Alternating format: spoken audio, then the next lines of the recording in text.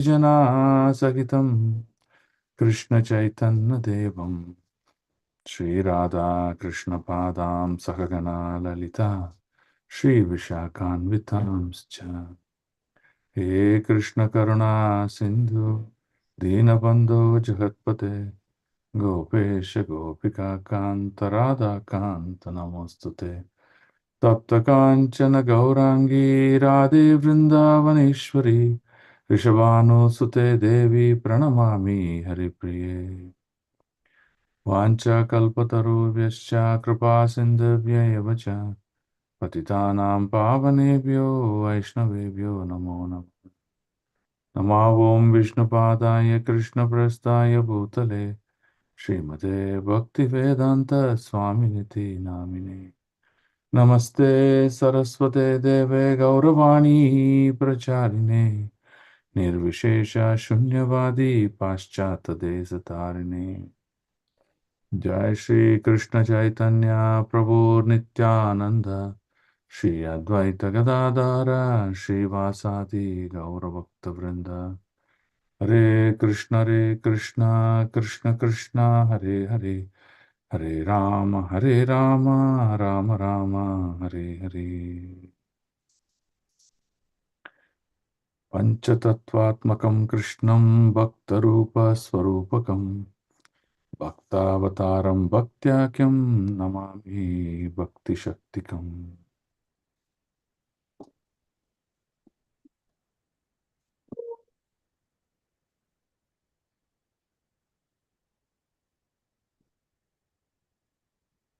Hare Krishna. Okay, so where did we leave? We left in Sloka 29:30, and we have how many slokas in this chapter? We have 53. So we have about 24 slokas more. So there are three sections that we're going to see now. So from 29 onwards, you will see, of course, it starts with 26th sloka. Onwards, you can see that the incarnations of the Lord are respect to the Vrajalila, right? More towards what happened in Vrindavan. Then at the end of that theme, Brahmaji is saying that one cannot understand the Lord, and it is very complex. It's very difficult, right? Why? Because Lord is Ananta. Hmm? Everything is infinite about the Lord. And the many contradictory, complex situations that devotees may get bewildered. So they cannot understand the Lord, right? So that's the conclusion he gives. Then later on, Brahmaji goes on to describe about devotion to the Bhagavan aspect of the Lord is the topmost, not to the Brahman or the Paramatma aspects. So that is lower. Okay, that is what do you say? Uh, pre levels of understanding about the Lord. Okay, so you might have heard people saying Brahmarpanam, or they might say everything is Krishna. I mean, everything is Brahman. You might have heard such statements, right? So those are all pre-levels of understanding about the Lord. One who understands the personal aspects of the Lord Bhagavan is considered supreme. So that's the conclusion that Brahmaji is telling Narada, right? So once you have that conclusion, then you just go on worshipping Bhagavan. And then he says, when you worship Bhagavan, what are the benefits? Straight. He just lists out the benefits. So we'll see that. And then finally, concluding the glories of Srimad Bhagavatam, which is disseminate this knowledge. Whatever we read, Srimad Bhagavatam gives that in detail. Right? So that's how this chapter ends. We will see how much we can spend. Okay. Now from slokas 29 to 36, right, or up to 39, we're not going to spend much time because these are all the different leelas of the Lord. There are some key points here and there that alone we'll discuss. Otherwise, the leelas of the Lord we've been discussing, many, many times and on many occasions. Okay. So we'll move forward. Without discussing the leelas of the Lord in detail. Okay.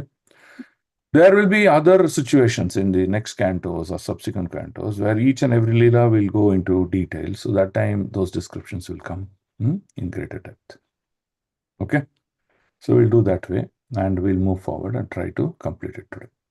Okay. 7.29.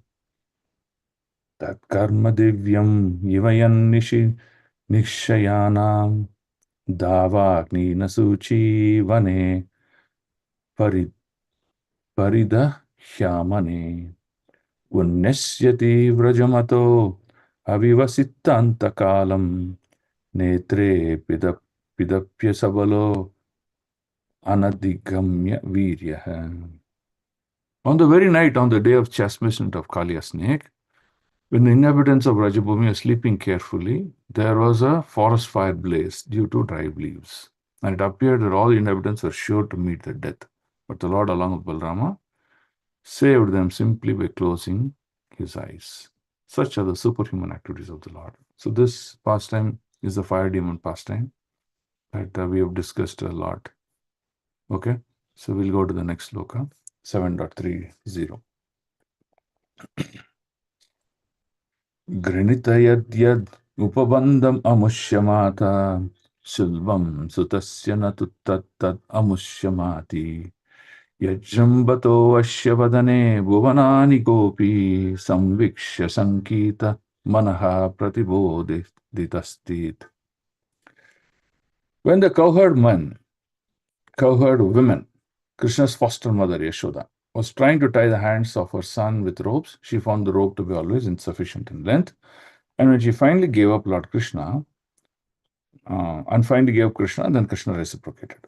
By and by opened his mouth, wherein the mother found all the universes situated. Seeing this, she was doubtful in her mind, but she was convinced in a different manner of mystic nature of her son. Okay, so here the fact is very simple. Of course, the first part is the Damodara Ashtakam or Damodara Leela, and the second is the Krishna showing the entire universe in his mouth, Brahmanda Leela. So the fact that these two pastimes, even though they're bewildering, okay, it is superhuman, cannot be imagined. Mother Yashoda love for Krishna, that is the paternal love for Krishna, is what Krishna wants, right? So there are two things that Krishna is trying to accomplish. One, he wants to show the superhuman activities to the entire world meaning to his devotees.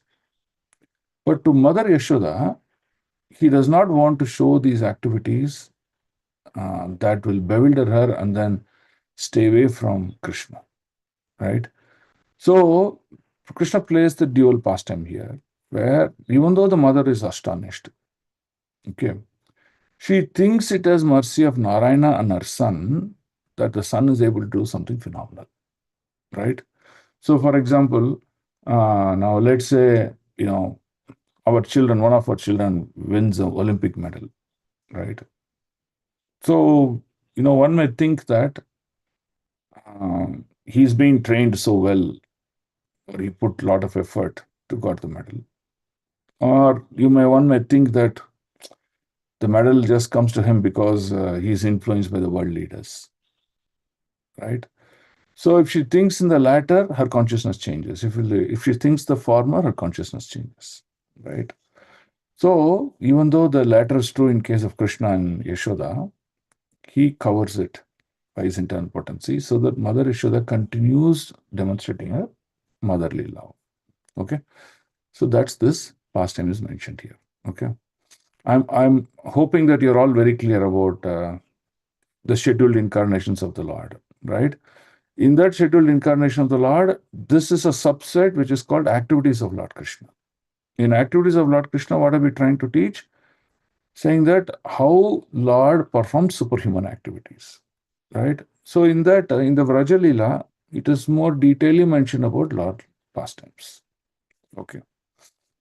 Nandam cha mokshati bhavyad varunasya pasad gopan bileshu pihitan maya sunana cha anhyaptram apartam nishisayanam Atishramena lokam vikuntam upaneshyati gokulam sma.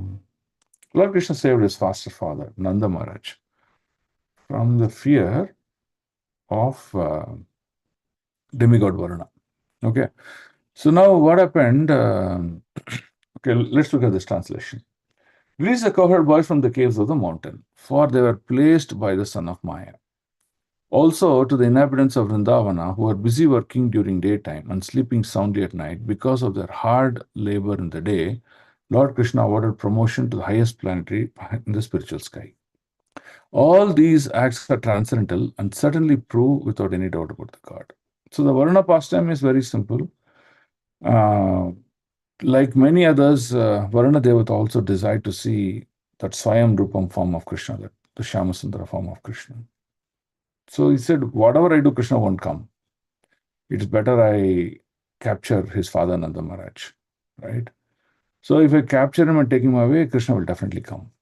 So Krishna goes to the Varuna Loka and then he gets his father back, but Varuna Devata gets the darshan.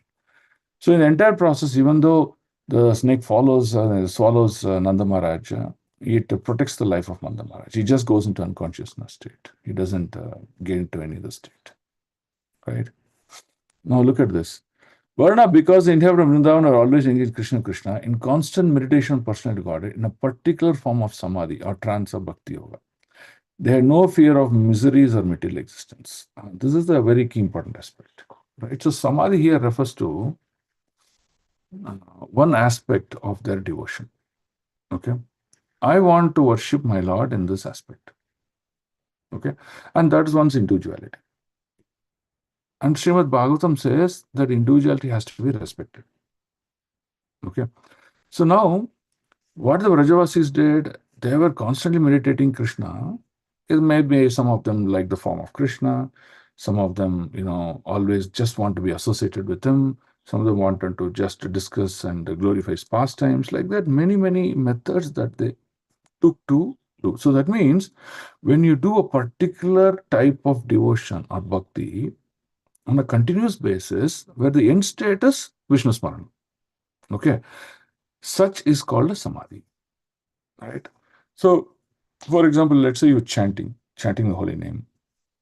When you're chanting the holy name, you're going deeper and deeper in your chanting, where you're getting into a trance. What is the trance? Except you and the holy name, nothing else exists in this world. Just read my words.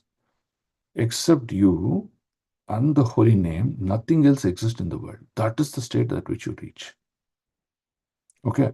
Now, when you reach that state, you will see all the energies that Krishna says, no, I've invested all the Shakti in my holy name. All the energies in the holy name in the form of Guna, Rupa, Leela.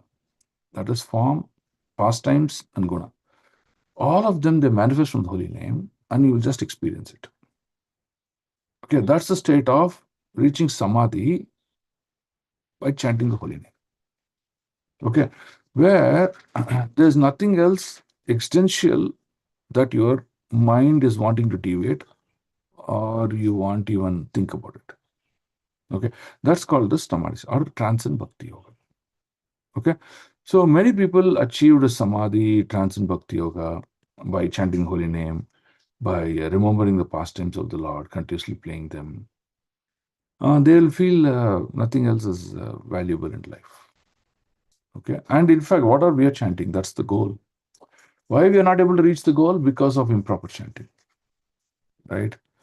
We may do many physical activities. That means activity at the gross senses level that is stopping us to reach the state of samadhi, right? So a classical example is I'm chanting, but I'm remembering my to-do list of activities for the day.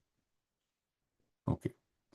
Sometimes when I'm chanting, I'm very deeply disturbed because someone hurted my feelings. Someone slammed at me, blasphemed me, and that is coming to my consciousness. So what's happening? Between you and Krishna, there's a bridge. That bridge is now not clear. It is filled with a lot of garbage. So you're not able to walk the bridge. How much ever garbage you remove, new garbage is filled up. That is the problem of your mind, right?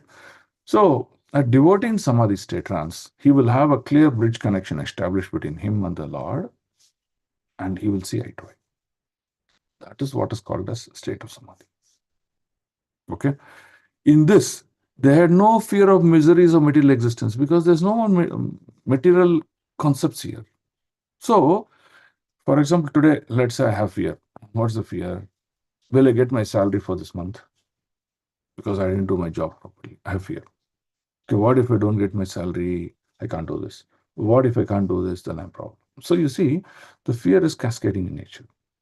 Now, for example, if I'm not even in the material plane, I'm in the state of samadhi, then all these negative, it may exist that I did not perform the job, I may not get salary, that is maybe true, but that will not come up to disturb me. Okay? So when you come out of the trance, what happens? There will be a point at which, let's say your 16 rounds are over or 20 rounds of chanting over. When you come out of the trance, these material miseries are continued to be present there. Okay, so they are going to disturb you. But what Krishna says? Krishna says that one who has connected with me in this trance, in the state of bhakti yoga, for which I will take the responsibility of his life. Then what happens? These material miseries, which are still present, which are going to affect this person, they will get diluted. They will get diluted because of the energy of the Lord. And that is the real aspect behind devotion. So, while we learn to do our services, while we learn to do our chanting, while we learn to read our books and increase our knowledge about Krishna, we have to go better and better in our practice of devotion service. If we don't practice our devotion service to the greater depth, then what's happening is time is passing away. You may be doing lots of work, lots of services, but you're not really making progress in devotion. Then what Krishna says? He promises in Bhagavad Gita. What does he promise? Arjuna is asking, what is the position of an unsuccessful yogi?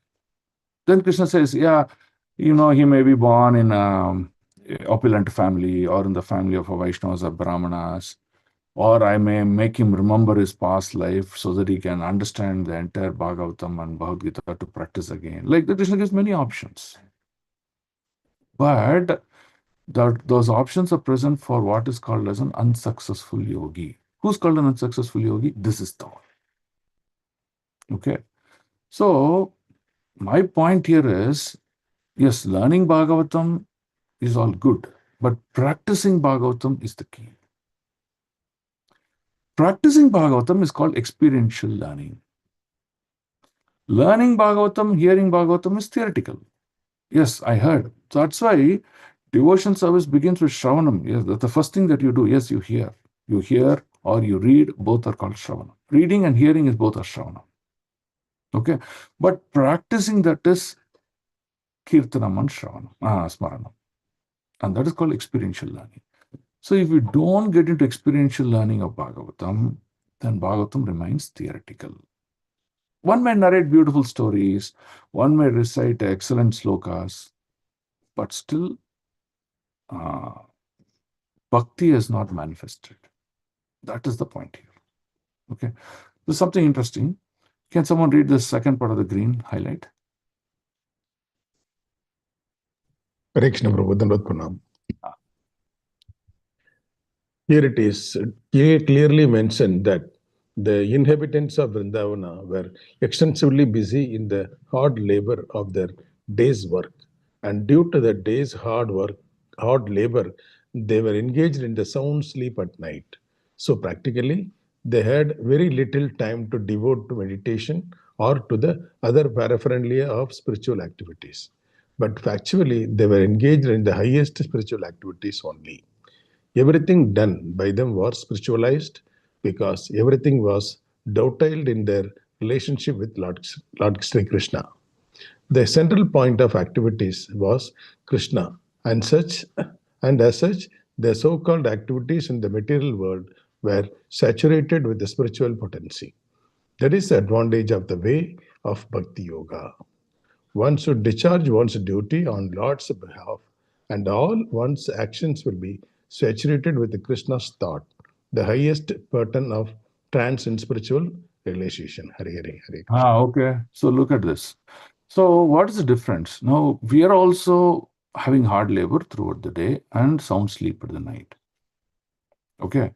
Now look at it. So practically there are very little time for devotion, meditate on the spiritual activities.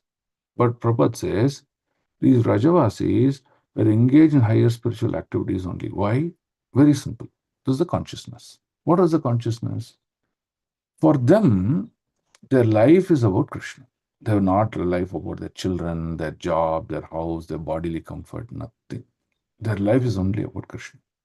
So hence, when they wake up, they will say, today I'm going to live for Krishna. When they go to sleep, I'll die for Krishna. When they eat for the pleasure of Krishna. When they do something, they do for pleasure of Krishna. So at all times, their samadhi was practically on Krishna. Okay, now let's look at our samadhi. Our samadhi is not practically on Krishna. Let's say we take about 1.5 to 2 hours to finish our chanting. That's it. Chanting for the day is over. Why again chant? Let's do other things. Lot of times gone in Prajalpa. Lot of times is gone in manipulating and managing our material activities. At least today in Bangalore, a lot of times is gone in travel only. So, you see, our consciousness is not spiritualized. Here, the Prabhupada is talking about consciousness being spiritualized. That is the difference. Okay. So, he says he uses the word saturated. You know what's the meaning of saturated? So, you take 1 glass of water, 100 ml of glass of water, and you put salt into it. Let's say you put the first 10 grams of salt, it will melt and dissolve, and you cannot see traces of salt. Again, put another. So you can keep putting, maybe let's say, I think there's a value, maybe 64 grams or something is the value. So I'll put up to 58 grams. You will see still no traces of salt. So all the salt that you put completely dissolved, and you just saw clear water. Water may be turbid, but water is 100% dissolved with salt. Now, it has reached a point what is called as a saturation level. That means no more salt can be dissolved. So that means if I put another 10 grams of salt into that water, you will see salt will remain as salt in that water. You can see salt particles. Then you're wondering why it is not getting dissolved. It's reached saturation. That means it cannot absorb anymore. That's called saturation. Okay. Now here, the Vrajavasis are reaching that level of saturation, the spiritual potency. That is the beauty. He says that's Bhakti Yoga. So when you reach this state of Bhakti Yoga, so for example, now you have rules. You have to follow Ekadasi. You have rules for regulative principles. You have rules to get up and chant. You have rules that you can't do this, you have to do that. Why? Those are all not bhakti practice in itself to full potency, but those are all activities that induces bhakti in you. Okay, so that you reach these levels, higher and higher levels of consciousness in bhakti.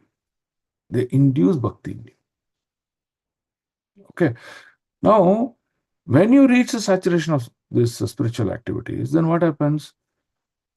You don't need any more activities that will induce bhakti in you. You're already full of bhakti. Okay, and that's what Prabhupada here calls as the highest pattern of trance and spiritual realization. Okay, so that's the difference between the people of Rajabhumi and us. So hence Prabhupada is recommending that one should plan their life in the progression of Bhakti Yoga. It is not something very blind. It is not that I get up, okay, today I'll do Rajbhog, today I'll do this, or today I'll do that. It's not that. Yeah, doing that is good, but you're continuously inducing, but But the bhakti has to manifest in the heart. That's the point here. Okay, so let's move to the next sloka, 32. Gopairmage pratihate vraja viplavaya deve abhivarshati pasun kripaya rirukshaha dartochilanintram iva sapta dinani sapta varsho mahindram anaghaika kareshalilam.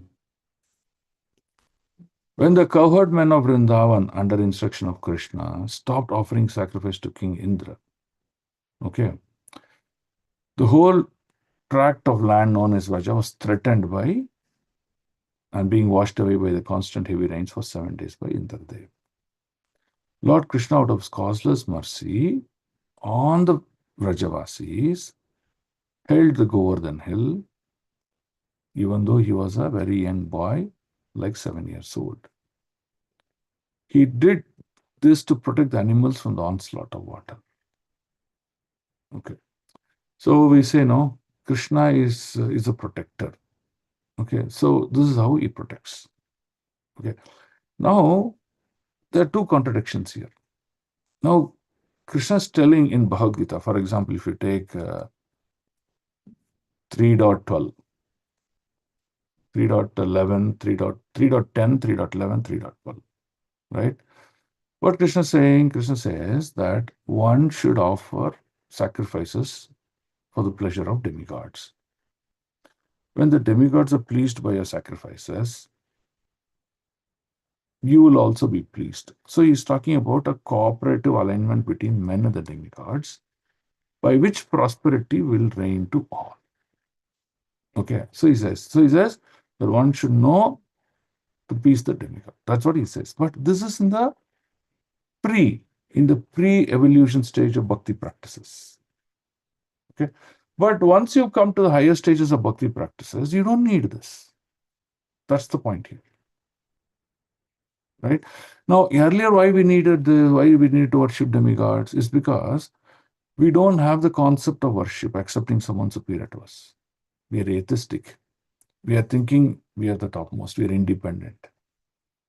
So then Krishna is thinking, okay, how do you induce? How do you induce the concept of one surrendering before a higher authority? So he says, at least do with demigods, because when they're pleased, they'll shower you with all the material necessities. And without doing any sacrifice, without making any effort to practice sacrifice, there's nothing that you will get in your world. And you will suffer. But that's what he taught in the 3rd chapter of Bhagavad Gita. But in the 7th chapter of Bhagavad Gita, beginning, ending with the 12th chapter, Krishna said, Bhakti yoga unto me is the topmost. And now, through the pastime, what Krishna is trying to teach? He's trying to teach, don't worship the demigods. I give them the power to give it to you. But the better for you is to come to me directly. And that's this entire pastime. Right? So now let's look at this yellow highlight. Can someone read the yellow highlight?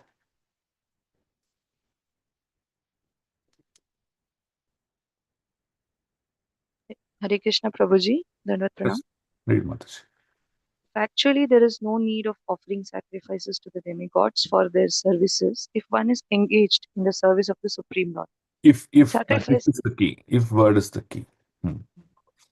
Sacrifices recommended in the Vedic literature for satisfaction of the demigods are a sort of inducement to the sacrificers to realize the existence of higher authorities. The demigods are engaged by the Lord as controlling deities of material affairs. And according to the Bhagavad Gita, when a demigod is worshipped, the process is accepted as the indirect method for worshipping the Supreme Lord. Okay, read this alone. Thus, This incident definitely proved without a doubt that Lord Krishna is the personality of Godhead and that he was so in all circumstances. As a child on the lap of his mother, as a boy 7 years old, as an old man of 125 years of age.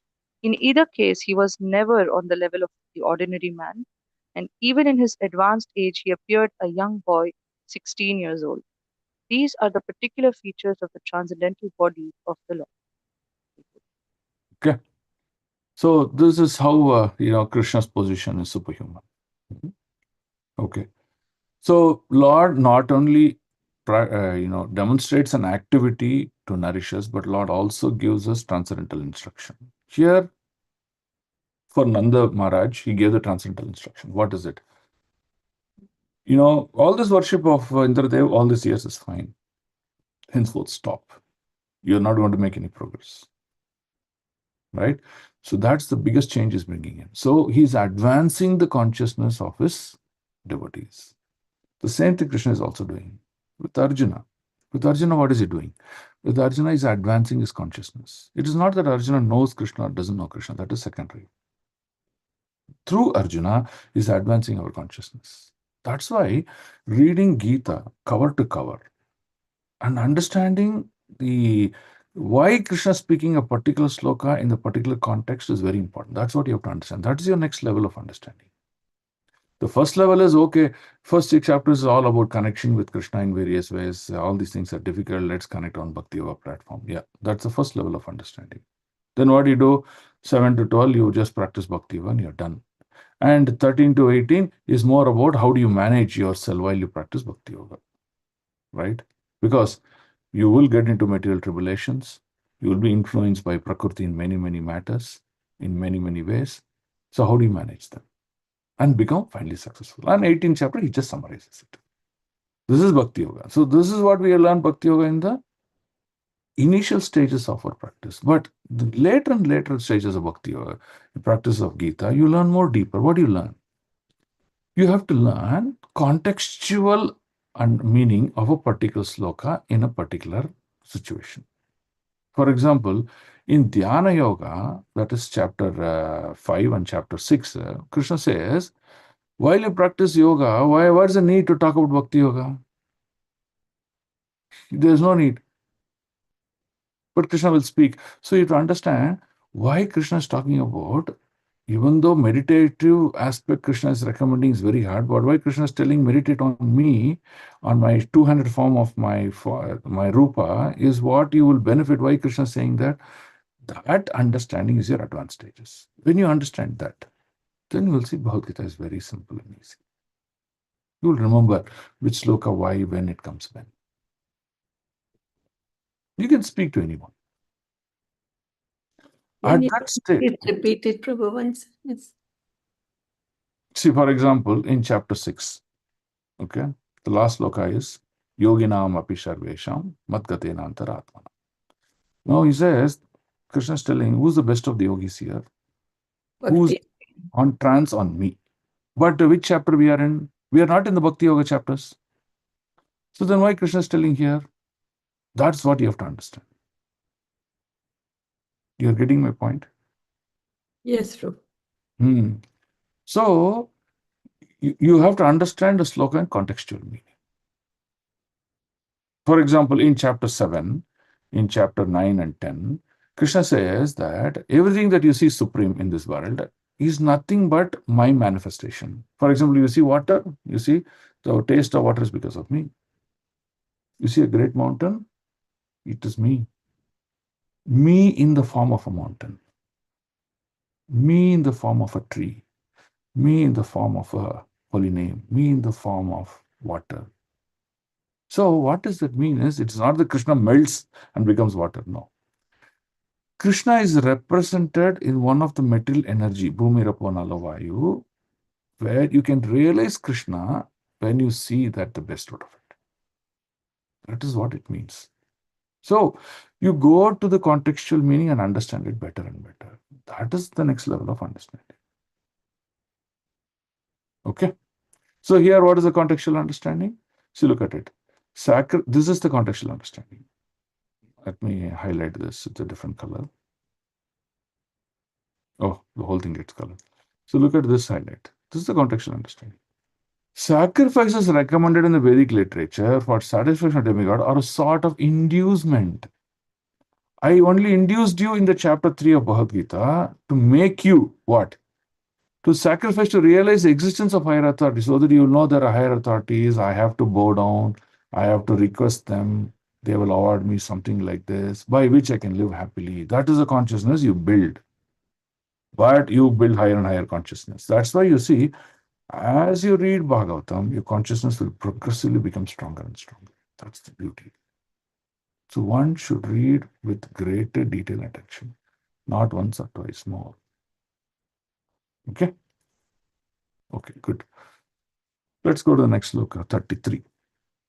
Kritanvane nishi nishakara rashmi gauryam rasonmukha kala padayata murchitena uddipita smararujam vrajabrut vadunam hartur harishyati shiro dhanadanu gasya.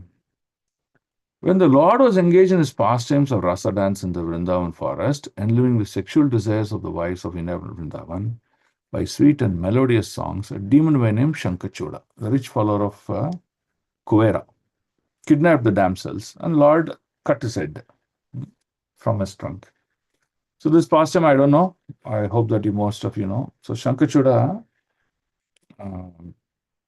the chopping of the Shankachuda's head is where we today they celebrate as Sankadahana. Okay, they do this one day before Holi. They'll burn all the old things and they apply colors. Okay, so now what is this applying colors on each one, which is a holy festival, and what is this Sankadahana? It refers to this pastime, the killing of Shankachuda. Okay, so now after killing Shankachuda, the damsels, that means Krishna's Gopi. the gopis were more relieved, and then out of happiness, Krishna applied different colors on each of the gopis. Okay, so that's what is celebrated as Holi now. Now, what is the beauty of illusion in this material world? We celebrate Holi just to put different kinds of colors as a game, play, have fun.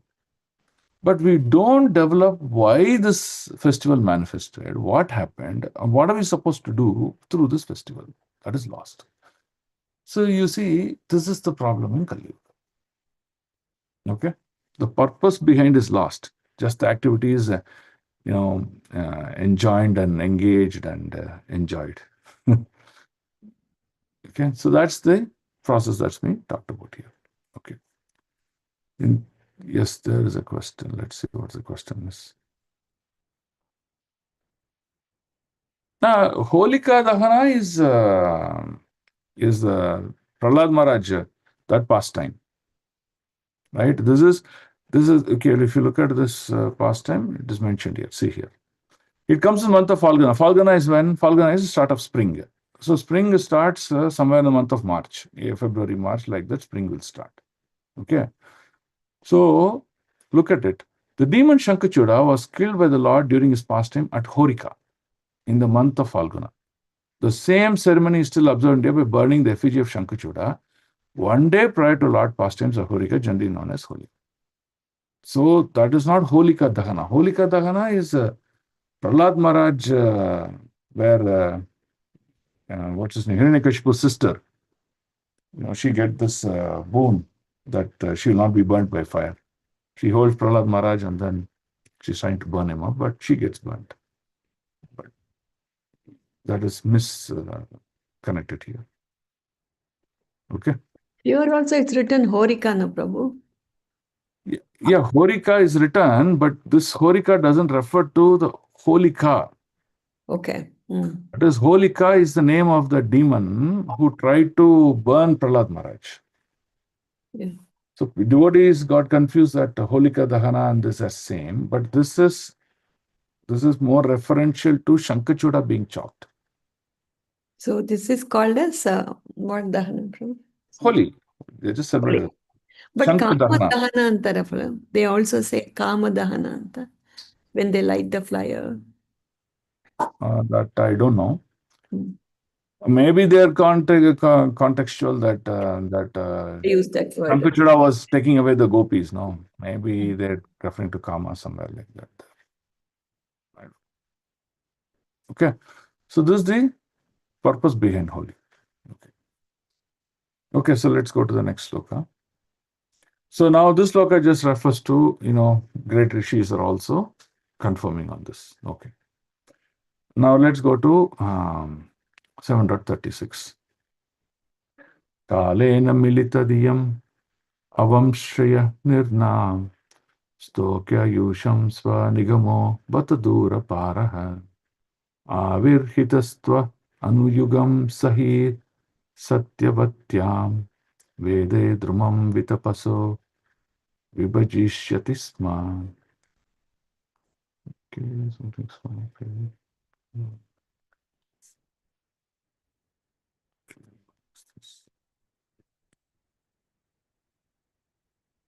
Yeah.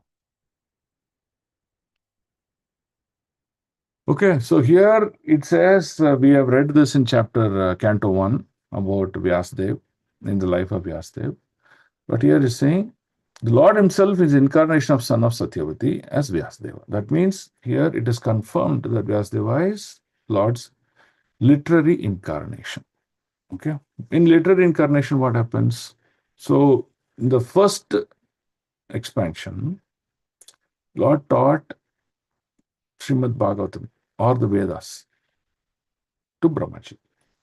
From the Vedic knowledge only, Brahmaji does all the creation. Okay. Now, what Lord did? Okay, Veda has been taught and everything, but people in Satyuga, in the earlier ages, they were able to understand the Veda Shastra and they were able to practice something. But when time went, when Satya became Treta Yuga, when Treta became Dwapara Yuga, Dwapara Yuga became Kali Yuga, you see, span of life, intelligence, memory, all these things started to decline. So that means a very highly complicated form of the Shastric knowledge has to be represented in a simpler form. So when time progresses, Krishna also incarnated himself as Vyasadeva, and he wrote simpler and simpler and simpler and simpler he wrote. Right? In from one single Veda, he explained to 4 Vedas, then he explained to Upanishads, the Brahma Sutras, Vedanta Sutras. He kept on expanding. When it came to a point, okay, I think it's not possible for people to understand, he wrote the Puranas. He wrote the Itihasas. Now you practice. Now what's happening? These Itihasas and like Ramayana, Mahabharata. So these Itihasas are also not practiced properly by today's world. Why? Because there are many people who are materially scholarly present. They're interpreting them in the form of management, in the form of, socio-economic education. Just taking a technique from Mahabharata, taking a technique from Ramayana, but not realizing the consciousness towards Lord Ram. That is the problem, right? So, what Lord is thinking, what else can I do? How simpler can I make it? Nowadays, Amar Chitragatha story format, no? Ramayana story format. Simple it is. But still, if you can't understand and you make your own interpretation confuse not only you and confuse others, then we have a problem, right? So that's what Lord said. Lord said, I manifest in the literary incarnation as Vyasava. So this is a confirmed statement. Okay. 37. Deva Dusham Nigama Vartmani Nistitana Prodbir Mayena Vihitabir Adrishya Trubihi Turbihi Lokan Ganatam Mati Vimoham Atri Pralobham Vesham Vidaya Bahu Bhashyata Aupadharmayam.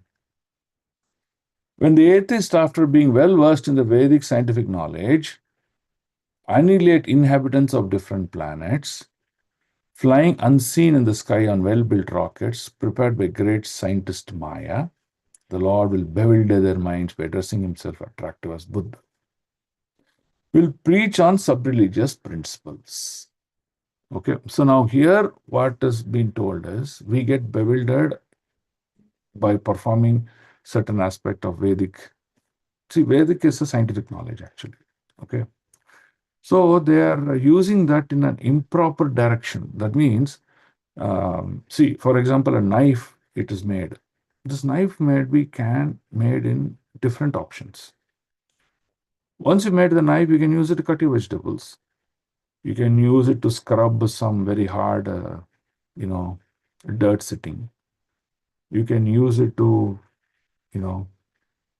for a useful purpose to cut harder materials also. Or you can use it to harm someone else also. That means one element has multiple choices of usage.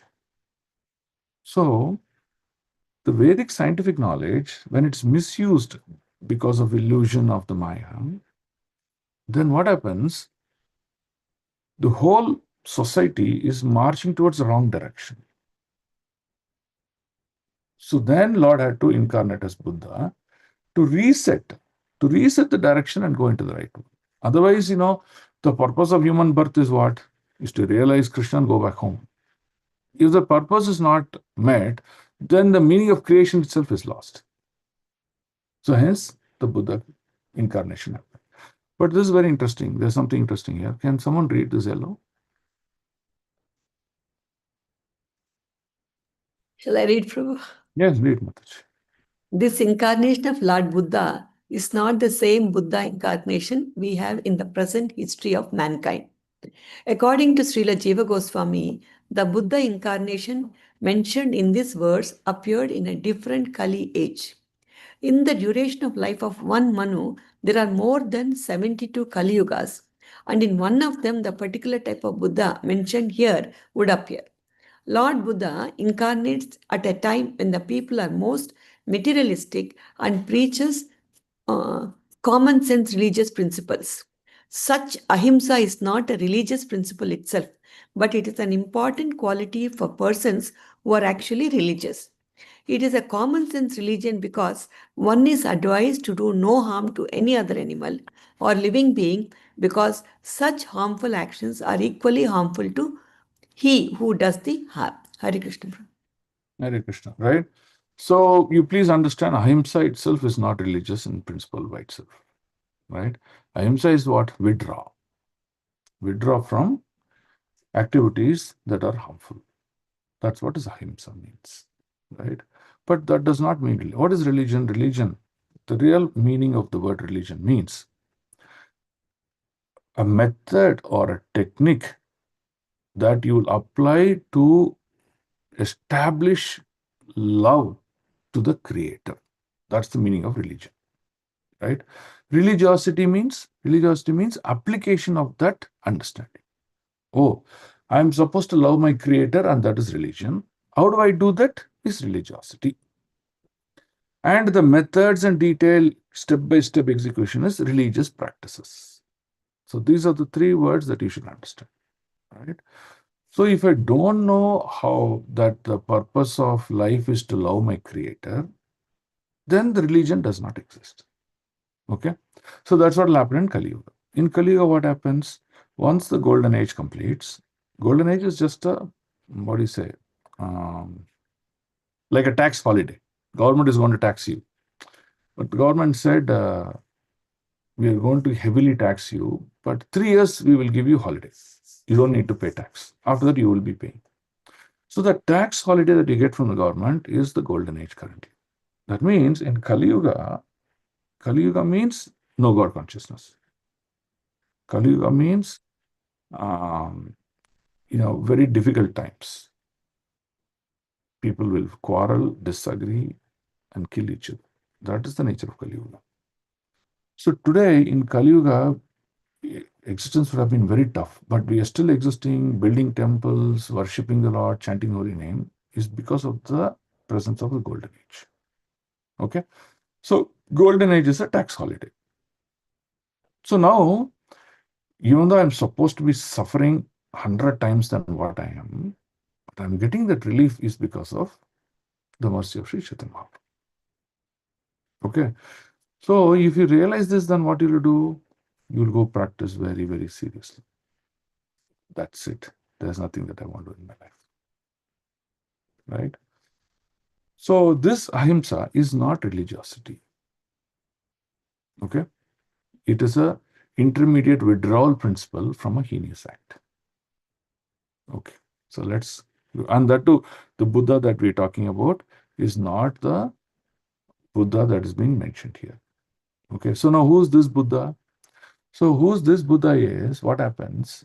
A lot of these religious principles, different methods of religious principles, their offshoots keep manifesting. Okay, so how do you understand this? So for example, I put some seeds to grow beans, to grow, some greens and things like that.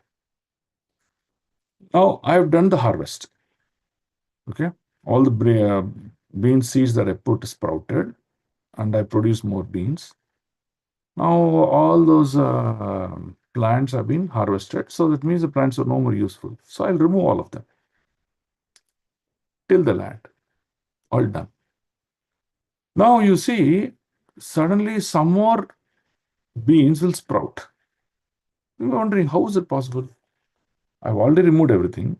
Time is over. How come they're sprouting? Because their presence will continue to be there for longer period of time. That means you can call this as something like a shadow or a reflection, right? That means when Krishna came as Buddha in the previous ages, those effects will continue to be there, and that's why you'll see someone will take up some principles of ahimsa and things like that. Okay, so that's how this current age of Buddha is. Okay, 7.38. So this is Kali Yuga. Okay, now we will see what is the activities of the Lord in Kali Yuga. Okay, translation. Thereafter, at the end of Kali Yuga, when there exists no topics on the subject of God, okay, even at the residences of so-called saints and respectable gentlemen of the three higher castes. What are the three higher castes? Brahmana, Kshatriya, Vaishya. When the power of government is transferred to the hands of ministers selected from a low-born Sudra class. That means, instead of a Kshatriya ruling under the guidance of a Brahmana, a Sudra who's supposed to be subservient, he will become the head of the state. Okay. And when nothing is known of the techniques of sacrifices, no more. Sacrifice, all is gone. They will perform something for their benefit, that's all. Even by word, at that time the Lord will appear as super chastiser. Okay, that is called Kalki Avatar.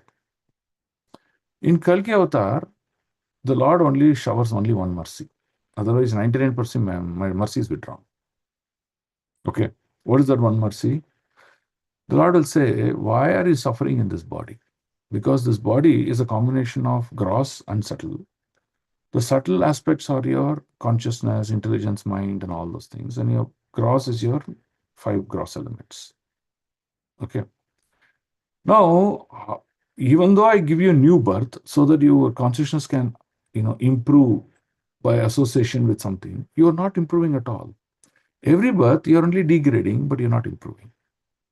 So that is the nature of body and consciousness you're possessing now. So my mercy is that rather than you suffering, yes, I will chop your head off. I will kill you. Okay. So the Lord comes and mercilessly kills everyone off, and no will be existing. And after everyone has been killed, then what the Lord says, Lord puts that particular jiva into time immemorial situation where Brahmaji, out of his causeless mercy, says, okay, now I'll give this living entity an option to see whether he can reform himself. That means in the next creation happens, at that time he'll be given a chance. And that chance may be in the animal form or in the human form, we don't know. Okay? So please understand, creation is a chance for us to practice. Creation is not something else for. Creation is not for enjoyment. That's the whole point you have to understand. Okay? So now, the next sloka will be, of course, you can read here, talking about the Sudra class leading the society, which you can see already this is happening. You don't need to go to the end of Kali Yuga to see this. Already today is happening, right? And you can see how we are all suffering in this material world. Okay, we can see uncultured social personalities, things like that. Okay. Now in 39, what Lord is telling, again creation will happen, right? So now let's take an example of current Chaturvyuha. Okay, so current Chaturvyuha will not lead to Pralaya Kala. So for example, we had Satya, Treta, Dwapara, Kali Yuga. So Kali Yuga is over now. Now I'm talking about the current Kali Yuga. Okay, it will get over. So when at time of getting over, Kalki will come. He'll clear all the demonic personalities. Now again, look at this. At the beginning of creation, there are penance by penance, myself Brahma, and the Prajavatis, the great sages who generate. Then during the maintenance of creation, Lord Vishnu and demigods controlling powers, and the kings of different planets. So what does this mean? It says, after this Kali Yuga, new Satyuga will be born.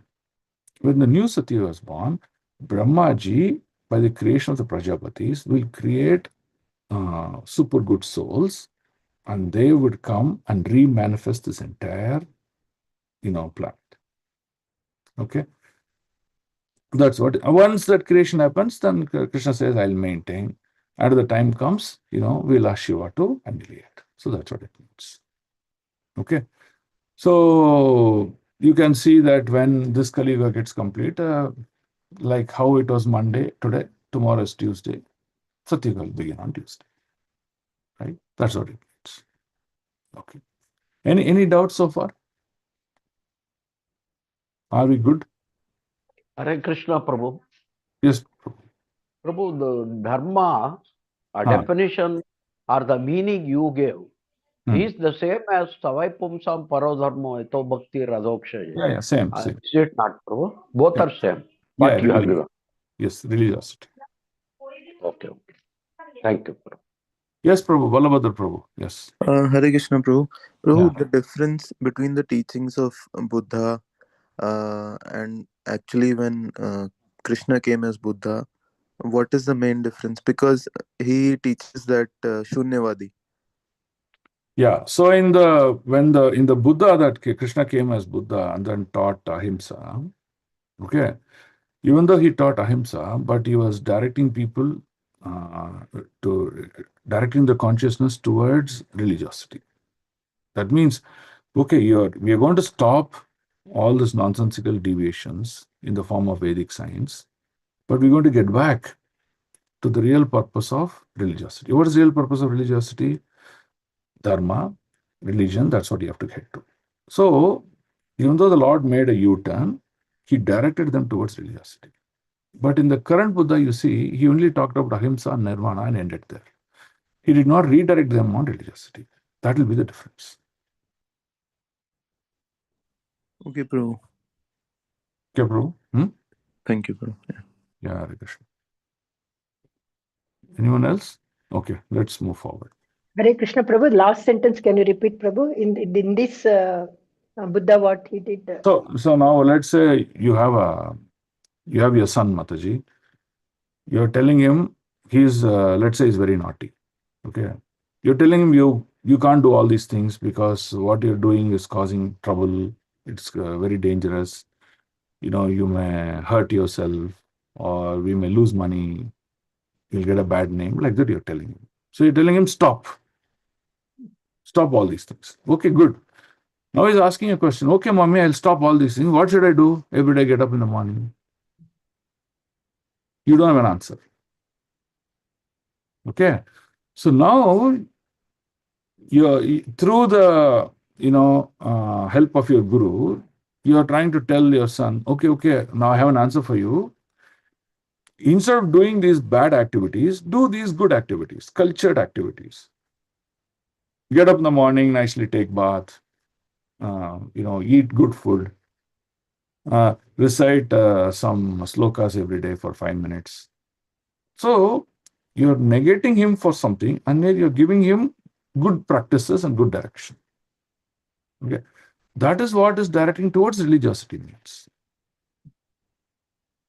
Okay, Mataji? Yes, thank you. Okay. So now let's go to sloka number 41. So now, Prabhu, how the Buddha had come, they were telling about the Brahmanas are doing these sacrifices and started eating meat and all that to come over that, Buddha has come, they say. And then which Buddha is that? Is this Buddha or another Buddha? So let's go back to it. Okay. Now you see what is the issue that we're talking about. Okay. So we'll read here this again. According to Jiva Goswami, the Buddha incarnation mentioned those appear in a different Kali Yuga age. In the duration of life of one Manu, there are more than 72 Kali Yugas, right? That is called one Manvantara. In one Manvantara, 72 Chaturyugas happen. 72 Chaturyugas means 72 Kali Yugas. In out of the 72 Kali Yugas, one Kali Yuga, this Buddha incarnation happened. Okay. And in one of them, a particular type of Buddha mentioned here would appear. In the context of this sloka meaning, they are talking about that Buddha who Krishna incarnated as Buddha Sharira. Okay. Lord Buddha incarnates a time when people are most materialistic and preaches common sense religious principles. You see what is he doing? When people are materialistic, he comes and teaches common sense religious principles. He is not just saying nirvana. He is not saying just ahimsa. He is not just saying that. Okay. Such ahimsa is not a religious principle by itself, but it's an important quality of person who are actually religious. So ahimsa itself is not religious. That is, negating from deviation from Vedic Shastra is not religious. Introducing them to the societal culture towards God consciousness is religious. So that is the difference he's trying to say. He says, but it is important quality for person who are actually religious. It is common sense religion because one is advised to do no harm to any animal or living being, because such harmful actions are really harmful for he who does harm. That means if you harm an animal, for example, killing it for your satisfaction and eating them, you're doing your harm to yourself, because what does law of karma says? The next birth you will be that animal, and that animal will be human body, and he will kill you. If you're ready for it, go and harm that animal. Right? So ahimsa in that pattern is being taught. But that itself is not religiosity, is what Prabhupada is trying to tell you. Is this clear, Mataji? Yes, Prabhu. Yes, thank you. Okay, so now we are in the 41st sloka. So now what Naradaji is hearing from Brahmaji is saying that even I am bewildered. I don't know about the Lord. Okay? I cannot understand the Lord. How I can understand the Lord? Only by His causeless mercy. That means if the Lord wants, He will reveal that to me. That's the situation, he said. Okay? That's what he's going to recite in the next three slokas. 41 to 45. 41 to 46. Yeah. Okay. Nantum vidamiyaham hamimunaya agrajaste maya balasya purusasya kuto avaraye gayan gunandasa satanana adi devaha sesho adunapi samavasyate nasa nashya param. Neither I nor all the sages born before you fully omnipotent know the fully omnipotent personality of Godhead. So what can others who are born after us know about him? That means Brahmaji himself is declaring, including the Saptarishis, we only don't know Krishna much. We know him only a fraction. So what about all the creation people that I did after from me will know Krishna? They won't know. Okay. So even the first incarnation of Krishna called namely Shesha. So Shesha we talked about in the previous class. Who's Shesha? Shesha is the one who's holding the earthly planet. I mean, not the earthly planet, the entire Bhumandala, right, on his hood. That's Shesha. He's not even able to reach the limit of such knowledge. That means, remember the past time I talked about? Shesha, after his request to Brahmaji, Brahmaji empowered him, saying that what? All the knowledge of Srimad Bhagavatam I possess. I'll give you. Every day you recite. One pastime. Okay. That's the pastime. Okay. So he says he's not able to reach the limit of knowledge. He has not completed reciting the entire Bhagavatam by the time Kali Yuga came off. And he has to do Pralaya Kala. Okay. So although he's describing the qualities of Lord with 10,100 faces, that means what? 10,100 means 1,000 faces. Here 1,000 is done, but actually he's got much more than that. Very large, unlimited hoods he has got. So what is Sesha doing? Every hood is reciting one pastime of the Lord. Another hood is reciting one pastime of the Lord. So they're all waiting for one pastime continuously. How much they're reciting? Unlimitedly going on. Still, that Sesha, who's reciting so much pastimes of the Lord, has not understood this. That's what Brahmaji is trying to tell. And what do you tell about me? If Shesha has not done it, what do you tell about me? Nothing. I also don't know about them. Then, how is that devotees are supreme? We talked about devotees in Rajabhumi, right? Where Krishna directly protects them, plays amorous pastimes with them. Then how is that these devotees know about Krishna more? Because of the transcendental land. So one who comes on the transcendental plane, that is, I talked about Samadhi, Krishna reveals everything about him to oneself. So when Krishna reveals about himself to us, we come to know the truth. Until then, the truth is hidden. That's the point. Okay, is this clear? So why is this point stressed here? This point is stressed here is because people think, Prabhu, I've already read Srimad, I know everything about Krishna. Prabhu, I've read Bhagavad Gita once, twice, I know everything about Bhagavad Gita. Some may say, some may not say. Now, what is the symptom of some may say and some may not say? Person who's saying, clearly you can see that he is in mode of ignorance. He is just a mechanical scholar. He is in a jnana yoga. He is in jnana kanda. He is not yet come to upasana kanda. Okay? People are saying. Now, people are not saying this. They are not saying that's all, but their consciousness is, anyway, I've heard the Putana pastime. Why to attend that Bhagavatam class? Anyway, I've read the 11th chapter of Bhagavad Gita. Why to again recite that 11th chapter of Bhagavad Gita? Anyway, I know this. What is there to read further? This is the consciousness. So, one may speak, one may not speak, but both are heading towards the same problem. Are you getting this? This is a very important point I mentioned. Yes, Prabhu. So, the revelation of the Lord is more important than our speculative knowledge. So, once we make or think about like this, that means we are not in Upasana Kanda, we are in Jnana Kanda. You can conclude. He is practicing Jnana Yoga. That means still speculating. What else I will get in Bhagavatam that I can hear and enjoy and speak about it? That's what he's hearing. That's what he's thinking. He's not thinking, I still don't know.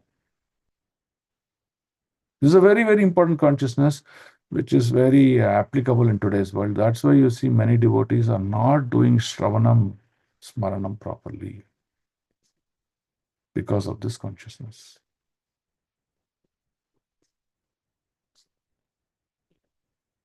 I'm stressing on this point so that you're able to establish the truth. Okay, let's read 42 now. If you didn't have any question on this. Yesham sa yesha bhagavan dayedantaha Sharvatmanashrita pado yadi nirvyalikam te dushtaram atitattaranti chadeva mayam naisha mamaham itidi swashrigala bhakshe. But anyone who is specifically favored by the Supreme Lord, remember the word, anyone who is favored by the Supreme Lord, the personality of Godhead, due to unalloyed surrender onto the service of the Lord, can overcome the insurmountable ocean of illusion. He says, the previous point that I mentioned is illusion. Who's able to, he says, insurmountable. Surmountable means mountain. If I see a mountain, oh, this is like half kilometer tall, yeah. How do I climb and go? It's not possible, so I won't climb. So he says the illusion, the Maya, is so powerful that I can't overcome it. I better accept Maya. I'll accept defeat to Maya. He says, such a person cannot understand the Lord. So he says, you can overcome the insurmountable ocean of illusion and understand the Lord. But those who are attached to this body, bodily need, body comforts, whatever gives pleasure to the senses, sarvopadi vinirmuktam, tat paratvena nirmalam. Nirmalam is the key here. So, who is connected to this body? What does connected to body means? Oh, my family, my son, my daughter, my house, my car, my building, my opulence, my wealth. Whoever is attached to that stronger and stronger can never get to understand the Lord. What Bhagavatam says, this body will be eaten by the end of dogs and jackals and cannot do anything with this body. What's the use? So don't waste your time on bodily platform, activities that are bodily platform. Very, very beautiful purport here. I want one of you to read. Read the entire highlight here, yellow, green, yellow. Can someone read? Shall I read, Prabhu? I read, Mataji. Those who are attached to the perishable body can hardly enter into the realm of the science of Godhead. The whole materialistic world, based on the conception of the material body as the self, is ignorant of the science of God. The materialist is always busy working for the welfare of the material body, not only his own, but also those of his children, kinsmen, community men, countrymen, etc. Unless, therefore, one is saved from the wrong conception of the body and the soul, there is no knowledge of Godhead. And unless there is knowledge of God, all advancement of material civilization, however dazzling, should be considered a failure. Hare Krishna. Consider a failure. That means all aspects of civilization. He's concluding. Bhagavatam is concluding. All aspects of civilization is a waste of time. So, if you apply this, we have many, many dharmas in our life, right? Oh, I'm supposed to do this to my relatives. This is how I'm supposed to act like this to them. All these things are not at all required. You should go beyond it. One should maintain this body. Why you should maintain this body? Why health? Okay, now, for example, health. So why we talked about health is important.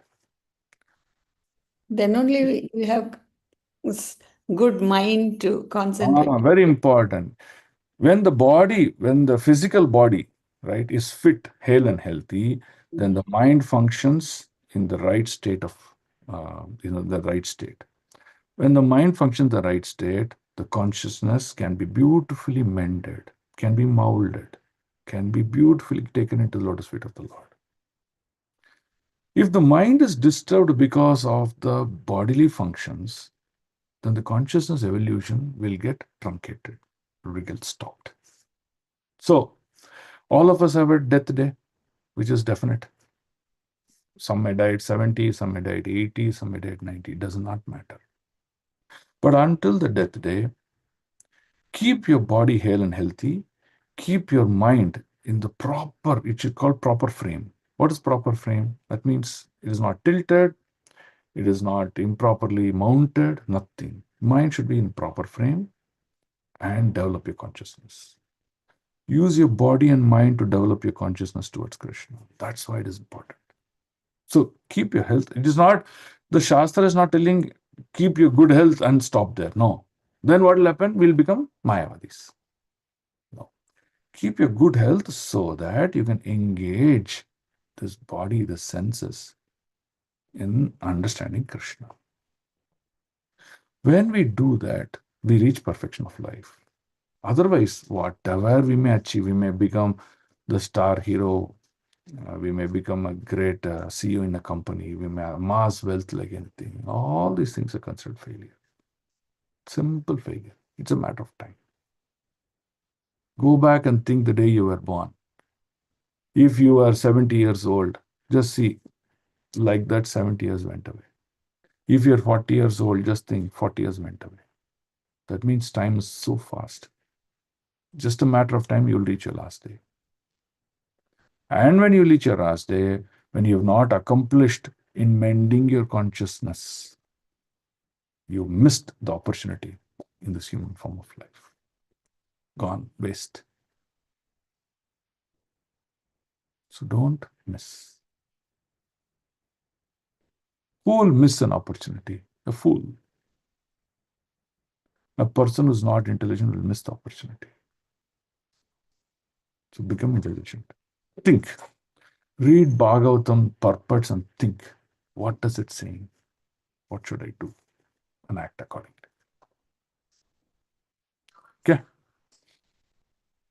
Okay, so now he's telling, in the next sloka he's telling, oh Narada, look at all the great kings, saints, powerful Shiva, all these people, he is listing all them. They don't know who Krishna is. That is the glory of the Lord. Okay. So we'll come to this last sloka for the day. And then we're going to end the section where no one can understand the Lord by their speculative knowledge. One can understand the Lord only by practice of devotion. Why? When practice of devotion happens, you are coming in line with the Lord. You're coming into the transcendental platform with the Lord. When you come with the transcendental platform, the Lord reveals. He speaks about himself to you. So when, for example, with the great acharyas in our parampara, Vishnu Chakravarti Thakura, Narottam Das Thakura, when they're writing such wonderful literatures, they're writing because the Lord revealed the truth in their heart. Right? Now, for example, yesterday in Chaitanya Charan Prabhu's class, he brilliantly talked about two aspects of surrender. One surrender he talked about is Draupadi. Another surrender he talked about is Arjuna.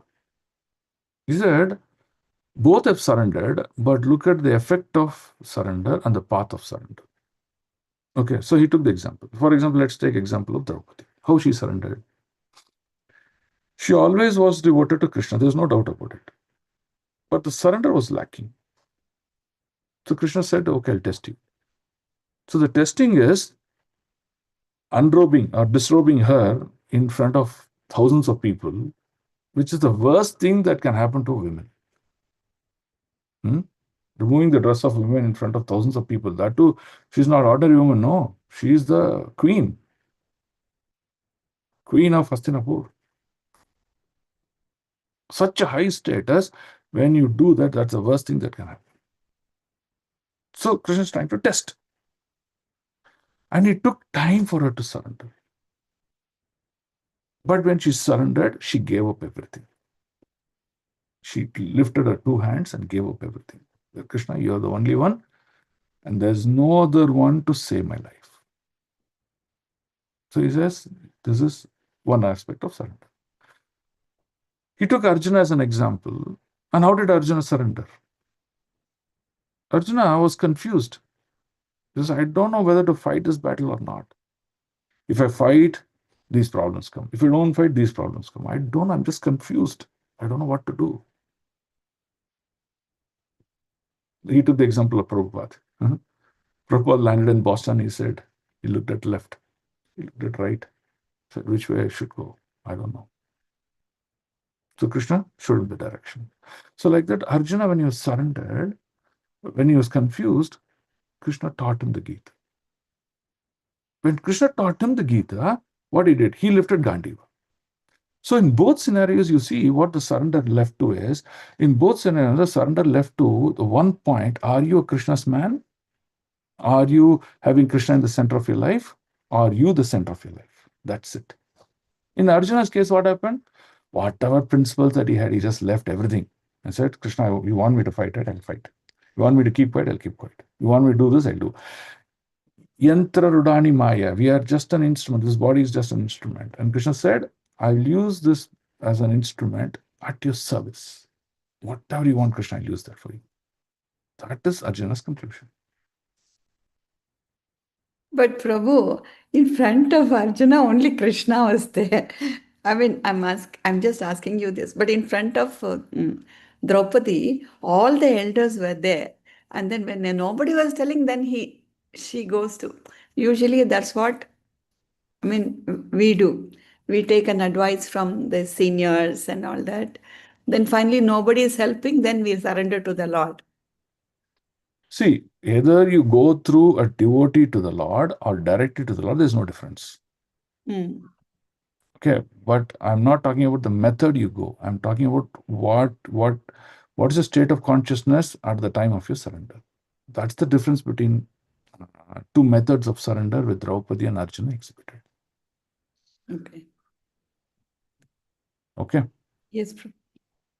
So we'll end this today's class by reading this one sloka. Te vai vidanti atitaranti cha deva mayam stri sudrahuna sabara api papa jivaha yadi adbhuta krama parayana shila shikshas tiryajana apikim yus sruta darena ye. Surrendered souls, even from groups leading sinful lives, such as women, labor class, the mountaineers, the Siberians, or even the birds and bees, can also know about the signs of Godhead and become liberated from the clutches of illusion energy by surrendering onto the pure devotees of the Lord. You see, you can surrender to the Lord or to the pure devotees of the Lord and following their footsteps in devotion service. That means surrendering to your spiritual master or to your Lord is not different. Both will yield same result, is what we have said. Okay, now let's look at this highlight. I'll read this highlight. The personality of Godhead may not be present in front of our eyes, which is current situation. But if one is sincerely wanting guidance of the Lord will send a bona fide guru. And through the bona fide guru, one can go back home, back to Godhead. No material qualifications required. You don't need to be a degree certificate, this certificate, nothing. Surrendering oneself in one's hand, if one like, he can surrender immediately. Today you can say, that's it. There's nothing else going back, no other thoughts. This is what I'm going to do. Without delay, and that begins a spiritual life. If you don't want, you can procrastinate. You can keep on speculating. No, why this, that, all those things. So the bona fide representative of God is as good as God himself. Why? Because whatever Lord spoke in the Bhagavad Gita as statements, the bona fide representative will speak the same statements. There is no difference. In other words, loving representative of the Lord is more kind and more easy to approach. A sinful soul cannot approach the Lord directly, but such a sinful man can very easily approach a pure devotee of the Lord. That is the difference.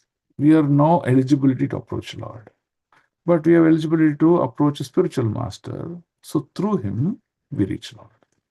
And if one agrees to put himself under the guidance of such a devotee of the Lord, he can also understand the signs of God and can also become like the transcendental pure devotee. Like, for example, even we can become transcendental like our spiritual master. There's no doubt about it.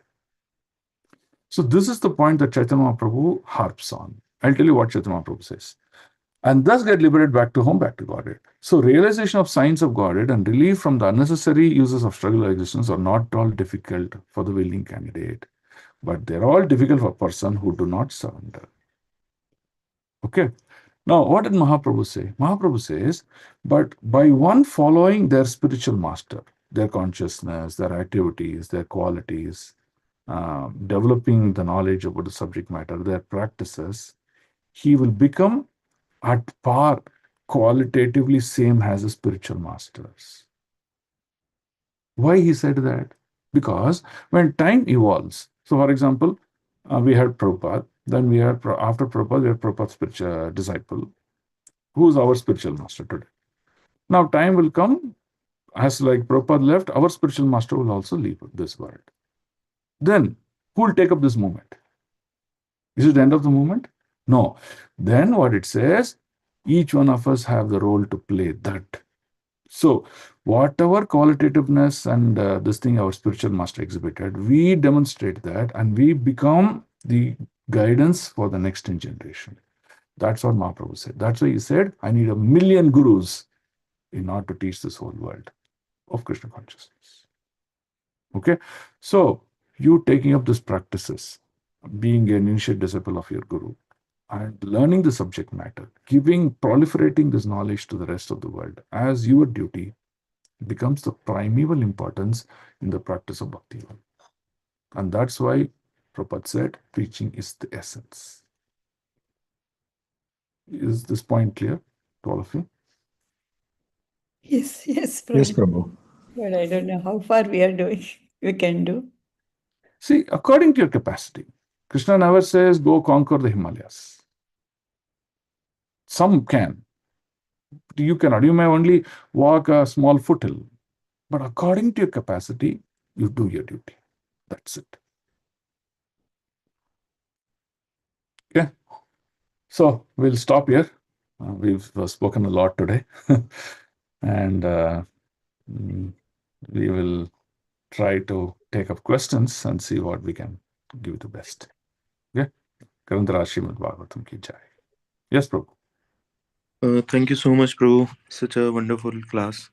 And Prabhu, just one clarity that we say that Lord Buddha came and he denounced the authority of Vedas. So this is the same Lord Buddha. He denounced the authority of Veda, but the real Lord Buddha will say that Redirect. What next? Correct. Yeah, what next? He will say that what next is. He will say that is Krishna consciousness. Redirecting towards religious principles. Yeah, but the real Buddha will say that the real Veda authority is Krishna consciousness only, right? No. Don't construct a statement like that. Okay.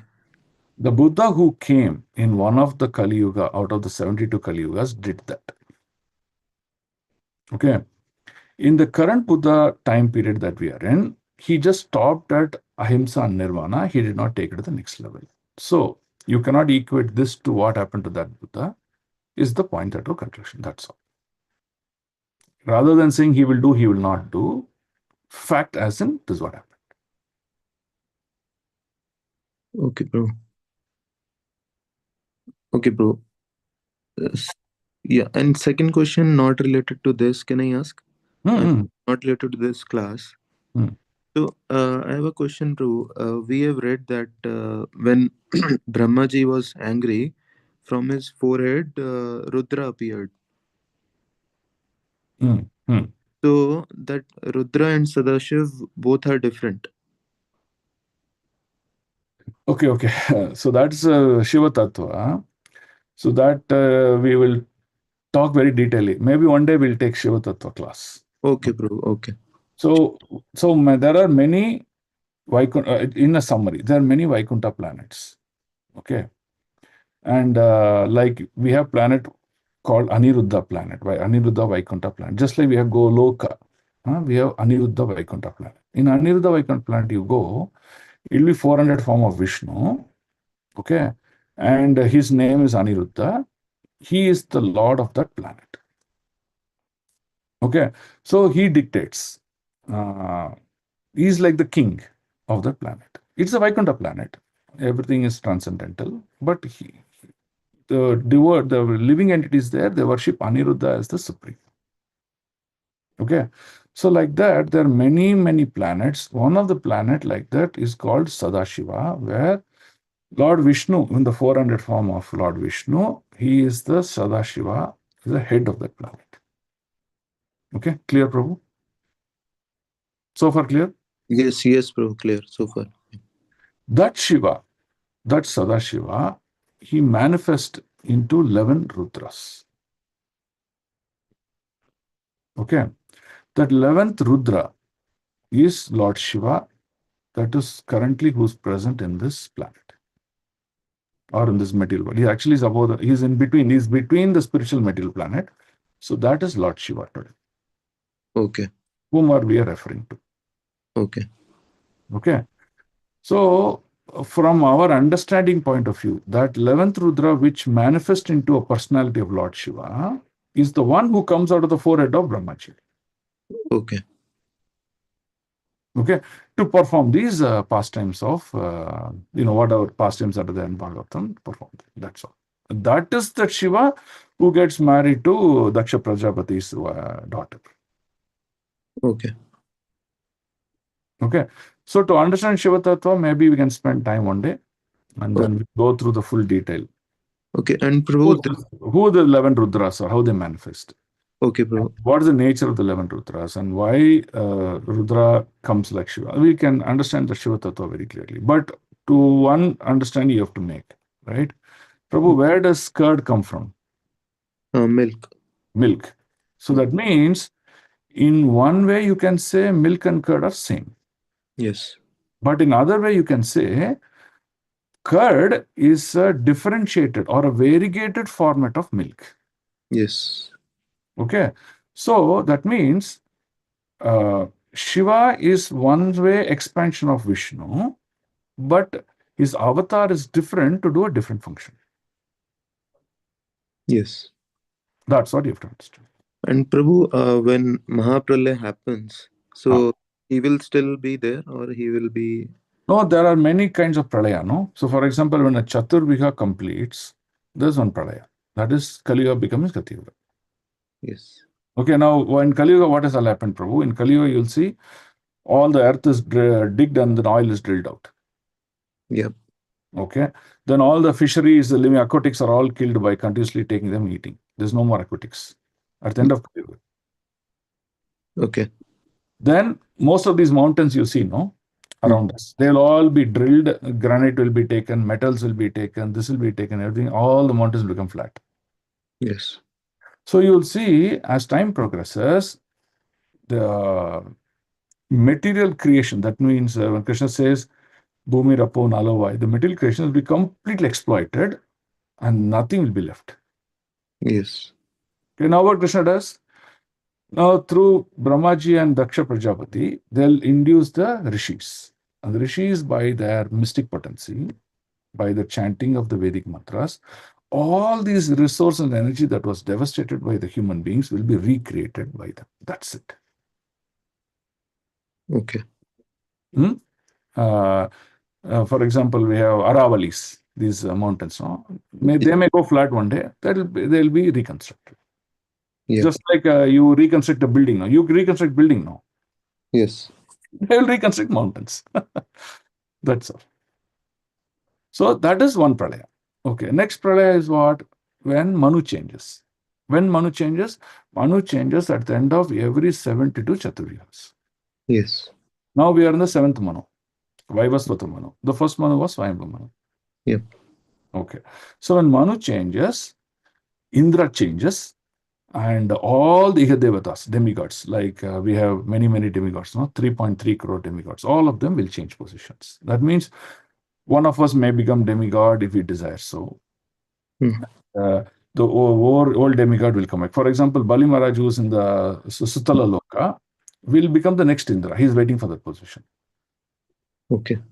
So when the Manu changes, when Vaivastha Manu time period completes, Bali Maharaj will become the next Indra Dev. Okay, so at that time, on mini pralaya will happen. To what pralaya will happen? When Manu changes, up to earthly planet, that means the entire Bhumandala will go down into water and come back. Okay. This is Manu changing. When 14 Manus in the life of Brahmaji completes, then one day of Brahmaji life over. Okay, so when the day of Brahmaji completes, what does he do? He goes to sleep. Yes. Okay, when he goes to sleep, the planetary systems all the way up to Janalok, Jana Mahar Tapa. So up to Janalok, that means including Swarga, the sun planet, everything, all those things, they'll go underwater. Okay. And Brahmaji will go to sleep. That is called another pralaya level. Okay. And the last pralaya is Brahmaji becoming 100 years old. Yes. He says, I am 100 years old, my lifetime has completed, I will die. When that happens, that is when, until all these pralayas are taken by Sesha, who's holding the interplanetary system on the head. But when the last one, that is when Brahmaji dies, this Anda has to be collapsed and it'll go into the womb of Mahavishnu. Yes. That is when Lord Shiva plays Rudra Tandava. And he burns this entire creation. Okay. That is called Mahapralaya. Okay, Prabhu. So at that time, 11th Rudra will also unmanifest? Yes, he'll unmanifest. He'll unwind his position. Okay, and he will go back to Brahma's forehead. No. Sadashiva expanded into 11 Rudras. 11 Rudras, the 11th Rudra expanded to Lord Shiva. So they will unmanifest to go into Sadashiva planet. That's it. Okay. And Sadashiva is a He's Vishnu? an eternal position. He is one of the Vaikuntha planets among the many, many Vaikuntha planets. And Sadashiva is a Vishnu only? Vishnu, 400 form of Vishnu. Okay. And when he glances at the material nature, then material nature gets... No, not like that. When Krishna expands, when Mahavishnu breathes, when Mahavishnu breathes, one anda is coming out of the body. Yes. Yeah. Once the anda comes, Mahavishnu expands into Garbhodaksha Vishnu, enters the anda. When the anda expansion, he enters into the anda, at the time of before creating Brahmaji, Sadashiva expands into all these personalities. Okay. So three of them, Brahmaji, Vishnu, Shiva, are together present at the time of creation. Okay. And when Sadashiv, he glances the material nature. He Then... doesn't glance. Oh, Only Garbhodaksha Vishnu glances. Okay.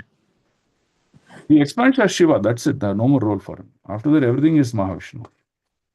Okay. And that glance of Garbhodaksha Vishnu is a Shiva, right? No, he is Vishnu. Okay. He is no more Shiva. He is Vishnu. Okay. Okay, Prabhu. Maybe I'll ask later. I have some questions. Okay. Can I ask now? Because the class is getting... You can WhatsApp me, Prabhu. I'll WhatsApp. Yes, Prabhu. Yes. Sorry to... Yeah, no problem. Hare Krishna. Any other questions? Any other questions? Okay. Was today's subject good enough? Did you all relish? Yes, Prabhu. Yes, Prabhu. Thank you so much, Prabhu. Hare Krishna. Okay. Grandhara Srimad Bhagavatam ki jai, Srila Prabhupada ki jai, Gurudev ki jai, Nitai Gaur Premanande, Vancha Kalpatarubhyascha Kripa Sindhubhyev cha Patitanam Pavanebhyo Vaishnavebhyo Namo Namaha. Ananta Koti Vaishnava Vrinda ki jai, Vaishnava Thakur Srila Prabhupada ki jai, Nitai Gaur Premanande. Om Thank you, Tat Sat. Prabhu. Thank you. Hare Krishna, Prabhu. Dandavat Pranam. Thank you. Hare Thank Krishna. you, Prabhu. Hare Krishna. Dhanavad Pranam. Hare Krishna Dandavat. Hare Krishna, Prabhu. Dhanavad Pranam. Hare Krishna Dandavat. Hare Krishna, Prabhu. Dhanavad Pranam. Hare Krishna. Dhanyavad Prabhu. Yeah. I'll end the class.